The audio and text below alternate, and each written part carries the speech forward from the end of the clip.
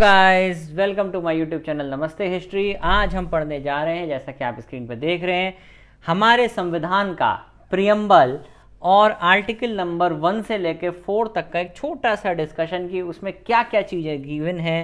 तो चलिए वीडियो को स्टार्ट करते हैं बहुत जल्दी और ख़त्म करते हैं ये इस टॉपिक को, प्रियम्बल को और यूनियन एंड दी टेरिटरी को।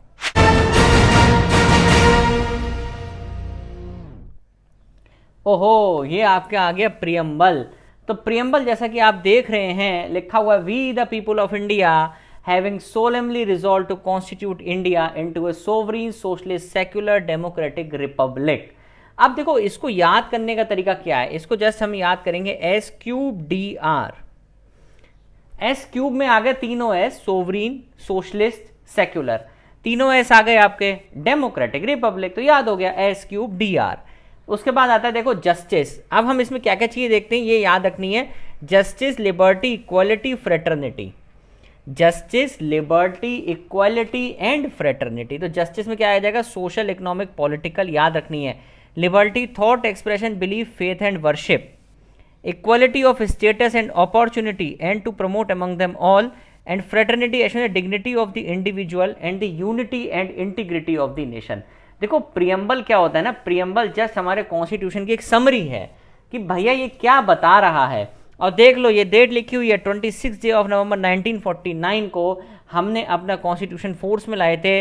Do hereby adopt, enact and give to ourselves this constitution. Most important, याद रहेगा, समझ में आ रहा है।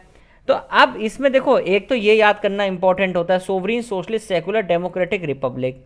एक ये लिबर्टी वाले पॉइंट्स की इनमें कौन सा नहीं है, तो इसको ऐसे याद करेंगे, tab for. Tab for, tab for का मतलब क्या हुआ, thought, equality, belief, faith and worship. तो आपको लिबर्टी वाला कंसेप्ट याद हो जाएगा, लिबर्टी एटलीस्ट आपको याद हो जाएगा। और इक्वालिटी आपको कैसे याद होगा, इक्वालिटी देखो हमेशा किसमें हो चाहिए, स्टेटस में, अपॉर्चुनिटी में, याद कर लो इसको एज इट इज, बस ठीक है। तो अपन को ये पूरा याद हो गया, preamble, we the people of India, sovereign socialist secular democratic and republic. चलो अब आगे चलते हुए देखते हैं प्रियम्बल की छोटी सी कहानी। प्रियम्बल को एडॉप्ट कब किया था कॉन्स्टिट्यूएंट असेंबली में, पहला ही क्वेश्चन धमाकेदार। तो कब किया था, 22 जनवरी 1947 को प्रियम्बल को एडॉप्ट किया था कॉन्स्टिट्यूएंट असेंबली ने। मोस्ट इंपॉर्टेंट अगेन, ठीक। उसके बाद हमें क्या देखना है, दूसरा हमें क्या देखना है कि भाई ये जो लाइन आती है ना शुरू में, we the people of India, ये हमने कहां से ली है। बेसिकली ये लाइन हमने ली है यूएन के चार्टर से। कहां से ली है, यूएन के चार्टर से हमने ये लाइन ली है, ठीक। और यूएन का चार्टर किस पे बेस है, यूएसए के कॉन्स्टिट्यूशन पे बेस है। यूएन का जो चार्टर है वो किस पे बेस्ड है, यूएसए के कॉन्स्टिट्यूशन पे बेस्ड है। तो हम ये मानते हैं कि हमने प्रियम्बल कहां से लिया है, यूएस से लिया। तो अगर आपसे कोई क्वेश्चन पूछे कि प्रियम्बल कहां से लिया गया है, तो आंसर क्या होगा, यूएसए से लिया गया है। मैंने सोर्सेज ऑफ कॉन्स्टिट्यूशन की वीडियोस अपलोड करी हैं, ऊपर आई बटन पे क्लिक करोगे तो आपको कंप्लीट पॉलिटी की सीरीज मिल जाएगी, ठीक, क्लियर है। उसके बाद भैया देखो, ये मैंने बहुत बड़ा लिखा है कि 42nd अमेंडमेंट से, 42nd अमेंडमेंट से आपका सोशलिस्ट, सेक्युलर और इंटीग्रिटी, ये 3 टर्म ऐड हुई हैं। Socialist, secular and integrity term add हुई है 42nd अमेंडमेंट 1976 से। और इसी को हम बोलते हैं मिनी कॉन्स्टिट्यूशन, क्योंकि इससे बहुत सारे अमेंडमेंट हुए हैं। और आप अगर समझ रहे हो ना थोड़ा सा, तो ये इमरजेंसी के टाइम के अमेंडमेंट है, ठीक है। तो 42nd अमेंडमेंट 1976 से हमने 3 टर्म ऐड करी है, सोशलिस्ट, सेक्युलर और इंटीग्रिटी। हमेशा क्वेश्चन आता है, बच्चे कंफ्यूज होते हैं कि 42 था या 44 था, तो भैया 42 था, ठीक है। अब प्रियम्बल किस पे बेस्ड है, एक याद होगा आप लोगों को कि एक ऑब्जेक्टिव रिजोल्यूशन पास किया था जवाहरलाल नेहरू ने ऑन 13 दिसंबर 1946। तो प्रियम्बल हमारा बेसिकली उसी ऑब्जेक्टिव रिजोल्यूशन पे बेस्ड है, याद रखना है, मोस्ट इंपॉर्टेंट है। अब भैया प्रियम्बल क्या हमारे कॉन्स्टिट्यूशन का पार्ट है, क्या प्रियम्बल को अमेंड कर सकते हैं, क्या प्रियम्बल के अमेंड होने से कॉन्स्टिट्यूशन पे कोई फर्क पड़ेगा, अरे इतने सारे सवाल। तो भैया देखो, 2 केस याद रखने हैं कि बेरूबरी यूनियन केस 1960 बोलता है कि प्रियम्बल कॉन्स्टिट्यूशन का पार्ट नहीं है, जबकि Keshavananda Bharati case 1973 most important, project tiger भी 1973 में आएगा, याद रखना है। तो प्रियम्बल हमारा कॉन्स्टिट्यूशन का पार्ट है and can be amended without changing the basic structure of the constitution. तो प्रियम्बल हमारा क्या कॉन्स्टिट्यूशन का पार्ट भी है, ऐसा केशवानंद भारती केस ने बोला, और उसे अमेंड भी कर सकते हैं, सब कुछ हो सकता है, लेकिन उसका बेसिक स्ट्रक्चर आप नहीं बदलोगे। बेसिक स्ट्रक्चर मतलब ऐसा नहीं आप सोवरिन टर्म हटा दो, सोशलिस्ट टर्म हटा दो, ये सब नहीं हटेगा, ठीक है। और प्रियम्बल क्या होता है, नॉन जस्टिसिएबल होता है जैसे फंडामेंटल राइट आपको जस्टिसिएबल होते हैं ना, प्रियम्बल आपका नॉन जस्टिसिएबल होता है, ये सी आएगा यहाँ पे, ठीक है, नॉन जस्टिसिएबल इन नेचर। अब आ गए हम अपनी असली कहानी, वो भी असली थी ये। अब हम आर्टिकल शुरू कर रहे हैं। तो article 1 to 4, article 1 to 4 again very important, बहुत ही ज़्यादा एक तरीके से हम लोग छोड़ देते हैं कि भैया आर्टिकल 1 कौन पढ़ेगा, इसी से क्वेश्चंस आ जाते हैं। आपके NTSC में ले लीजिए, आप SSC में ले लीजिए, UPSC में ले लीजिए, SSC CGL में ले लो, बहुत सारे क्वेश्चंस आपको इससे मिलेंगे। तो भैया वीडियो को देखते रहना, मज़ा आ जाएगा, सारे क्वेश्चंस क्लियर हो जाएंगे। इंडिया को हम बोलते हैं that is Bharat shall be the union of state. तो इंडिया क्या है हमारा, एक यूनियन ऑफ स्टेट है, मतलब कई राज्यों का समूह है इंडिया। ये हमें याद रखना है कि इंडिया क्या है, एक यूनियन ऑफ स्टेट है। It is very important. Second point ये बोलता है कि हमने जो स्टेट्स और टेरिटरी है ना, वो हमने फर्स्ट शेड्यूल में डिफाइन करी हैं। अगर आपने शेड्यूल्स याद करे होंगे तो आपको पता होगा कि फर्स्ट शेड्यूल में हमारी टेरिटरीज और आपके स्टेट्स डिफाइंड है।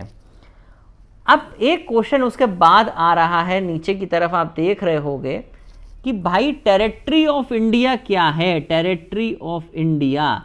तो टेरिटरी ऑफ इंडिया में क्या क्या आ गया, सारे स्टेट्स आ गए, सारी यूनियन टेरिटरी आ गई, और जो भी टेरिटरी हमने बाहर से ऑक्युपाई करी है, चाहे उसमें अंडमान हो, लक्षद्वीप हो, दमन एंड दीव हो, चाहे पौंडीचेरी हो, सिक्किम हो, कोई भी हो, जो भी आपने टेरिटरी बाहर से ऑक्युपाई करी है वो इसमें आ जाएगी।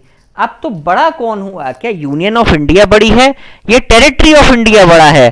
तो आंसर आपके सामने है, बिल्कुल लास्ट लाइन पढ़ेंगे, territory of India is wider term. आप देख रहे हो ना, साफ देखो कि टेरिटरी ऑफ इंडिया भैया सभी कुछ आ गया, सारे स्टेट भी आ गए, यूनियन टेरिटरी भी आ गए, और जितने टेरिटरी जितने हमने बाहर से ऑक्युपाई करें वो भी सब आर्टिकल 1 में आ गए।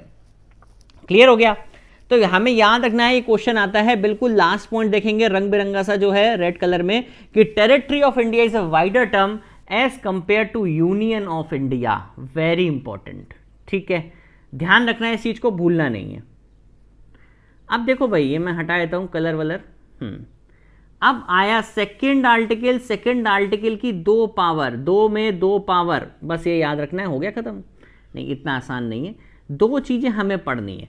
सबसे पहला कि अगर हमने कोई टेरिटरी ऑक्युपाई करी है और हम उसे स्टेट में कन्वर्ट करें तो वो भी आर्टिकल 2 से कन्वर्ट होती है। फॉर एग्जाम्पल सिक्किम, सिक्किम हमने बाहर से ऑक्युपाई किया है, इसीलिए एक्वायर्ड टेरिटरी अगर कोई है तो वो आप ही कन्वर्ट हो जाएगी स्टेट में, जैसा आप चाहोगे। तो वो किस में आएगा, वो आएगा आपका आर्टिकल नंबर 2 में। और मान लो कोई भी टेरिटरी ऐसी है, सपोज है जेड टेरिटरी है, ना ही वो हमारा स्टेट है, ना ही वो यूनियन टेरिटरी है, तो उसको भी हम अपने यूनियन ऑफ इंडिया में शामिल कर सकते हैं। और ये कैसे होगा, स्टेट में convert through article number 2। Very important, ठीक है। तो ये हमें याद रखना है, 2 में 2 पावर, आर्टिकल नंबर 2 याद रहेगा, भूलना नहीं है बिल्कुल भी। याद हो गया आर्टिकल नंबर 2, ठीक, वेरी गुड। अब देखो उसके आगे हमें क्या करना है। अब इसके बाद चलेंगे हम आर्टिकल नंबर 3 पे, ठीक है। तो अच्छा, एक चीज और है कि आर्टिकल नंबर 2 में भी पार्लियामेंट ये डिसाइड करेगी, पार्लियामेंट में by law admit new state, admit into union और establish new state on such terms and condition as it thinks fit, ठीक है। याद रखना है भैया, बहुत इंपॉर्टेंट है ये कि आर्टिकल 2 में कौन किसकी पावर होती है, क्या प्रेसिडेंट की पावर होती है? नहीं भैया, पार्लियामेंट की पावर होती है। आर्टिकल 2 में भी पार्लियामेंट की पावर होती है, ये ध्यान रखना है, ठीक है, वेरी गुड। नेक्स्ट वन, ओहो इतना बड़ा एक्ट ये कैसे याद होगा, 5 मिनट में याद हो जाएगा, कुछ नहीं है, बस देखते रहना, भागा दौड़ी नहीं करनी है। यहाँ सीधे 5 पॉइंट पे बात हो रही है बस। भैया यहाँ से देखो, उल्टा तो अच्छे से याद होगा कि अगर हमें किसी स्टेट का एरिया बढ़ाना है, अगर हमें किसी स्टेट का एरिया कम करना है, अगर हमें किसी स्टेट की बाउंड्री को चेंज करना है या हमें किसी स्टेट का नाम चेंज करना है, अगर ये चारों पॉइंट तो देखो एकदम से आसानी से हो गए, कोई दिक्कत नहीं है कि अगर हमें एरिया बढ़ाना है, हमें एरिया कम करना है, हमें किसी स्टेट की बाउंड्री चेंज करनी है या हमें किसी स्टेट का नाम चेंज करना है, तो उस कंडीशन में आर्टिकल 3 आता है। अब भैया ये बताओ कि ये सब काम करेगा कौन?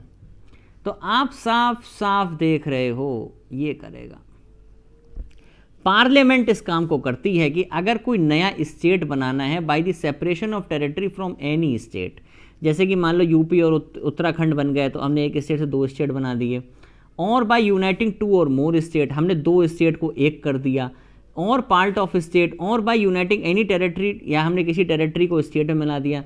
मान लो हमने कहा भैया ऐसा है कि गोवा जो है महाराष्ट्र में मिला दो, मिल गया। तो ये सारे काम स्टेट से रिलेटेड क्या स्टेट करता है? नहीं नहीं नहीं, कौन करेगा? सिर्फ पार्लियामेंट करेगी। ये ध्यान रखना है, पार्लियामेंट में बाय लॉ ये सारे काम करती है भाई, इंपॉर्टेंट, ठीक है, भूलना नहीं है बिल्कुल भी। अब अभी भी आर्टिकल 3 चल रहा है, जैसा आप ऊपर देख रहे हो आर्टिकल 3 कंटिन्यूड। तो अब देखो, either house of the parliament only on the recommendation of the president.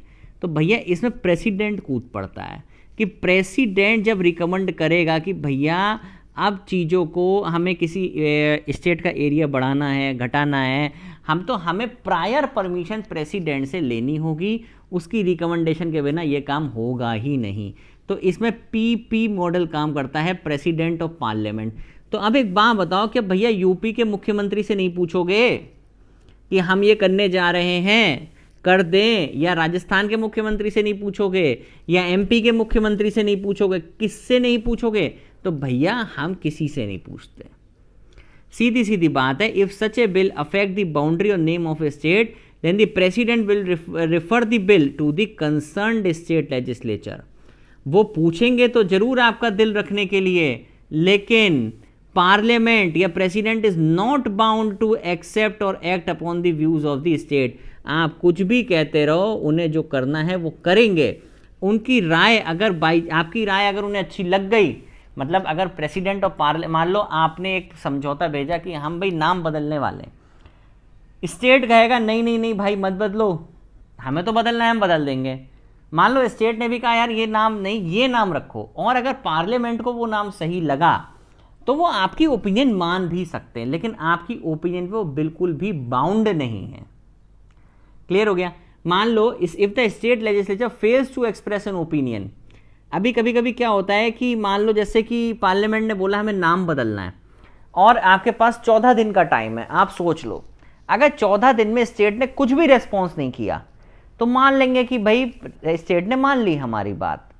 और अगर 14 दिन के अंदर स्टेट रेस्पॉन्ड करता है कि नहीं नहीं नाम नहीं बदलो, तो पार्लियामेंट की इच्छा है कि वो माने या ना माने, ठीक है। और अगर बाई चांस पार्लियामेंट को वो नाम पसंद आ गया जो स्टेट ने बताया है, तो पार्लियामेंट हो सकता है कि वो ही नाम रख दे।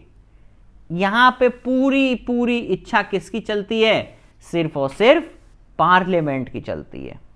और अगर यूनियन टेरिटरी का केस है तो भैया लेजिस्लेचर से तो पूछने की बात ही नहीं उठती। क्लियर हो गया आर्टिकल नंबर 3।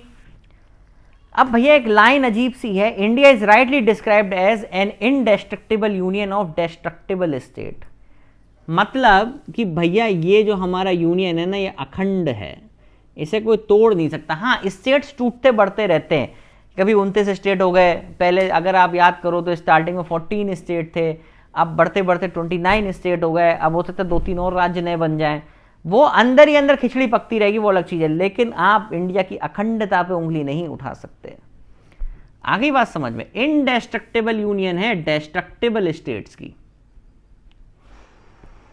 ओहो, आर्टिकल नंबर 4, और बहुत लंबा आर्टिकल, ये क्या लिख दिया भाई, अजीब अजीब सा। कुछ नहीं है, सिर्फ 2 बातें हैं, एक आर्टिकल नंबर 2, एक आर्टिकल नंबर 3। हमने 2 आर्टिकल पढ़े ना पीछे भी, आर्टिकल 2 और आर्टिकल 3। अगर आप इसमें कोई भी चेंज करते हो तो भैया फर्स्ट शेड्यूल और 4th शेड्यूल में भी वो चेंज रिफ्लेक्ट होना चाहिए। पहला पॉइंट इसका ये है कि अगर आप आर्टिकल 2 और आर्टिकल 3 में कोई चेंज करते हो तो फर्स्ट शेड्यूल और फोर्थ शेड्यूल में भी आप चेंज करो, पहला पॉइंट, ठीक है बस। और सेकंड पॉइंट इसमें क्या बोलता है कि आपको आर्टिकल नंबर 368 का इस्तेमाल करने की कोई भी ज़रूरत नहीं है।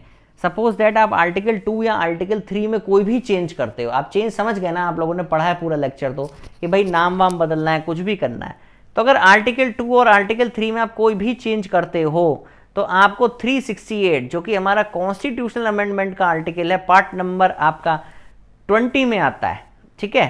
तो उस कंडीशन में आपको जो है 368 को यूज करने की कोई भी जरूरत नहीं है, ठीक है।